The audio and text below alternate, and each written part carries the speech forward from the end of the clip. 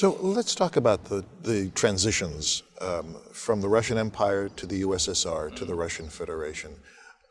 It's easy to say, well, the Soviet Union no longer exists, therefore the country that Russia was, it's difficult to use these labels because they are confusing, but still, that one country ended and a new country begins.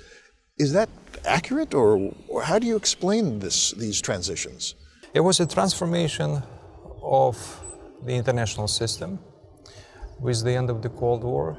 It was a transformation of a certain identity,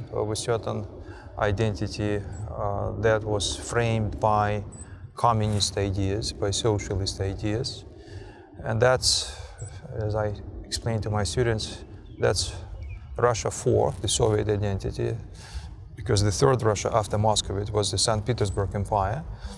And after that empire collapsed, Russia assumed a different identity, shaped and framed by communist ideals, but they functioned, those ideals, leftist ideas, functioned in Russia very differently than they functioned in European systems.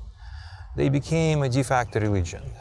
They provided the glue, cultural and ideological glue. They replaced religion in some respects. A substitute for Orthodox Christianity. Right. They became the substitute. And Russia, of course, was transformed in so many respects because the old elite was wiped out, because many Russians left. That's the biggest historical trauma that Russia lived through.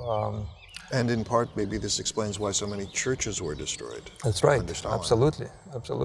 And that explains why so many Russians, I'm now well familiar with this living abroad, so many Russians do not associate, who live abroad, do not associate with that Russia anymore. They continue to be mistrustful of that Russia because they see this as a continuation of the Soviet identity.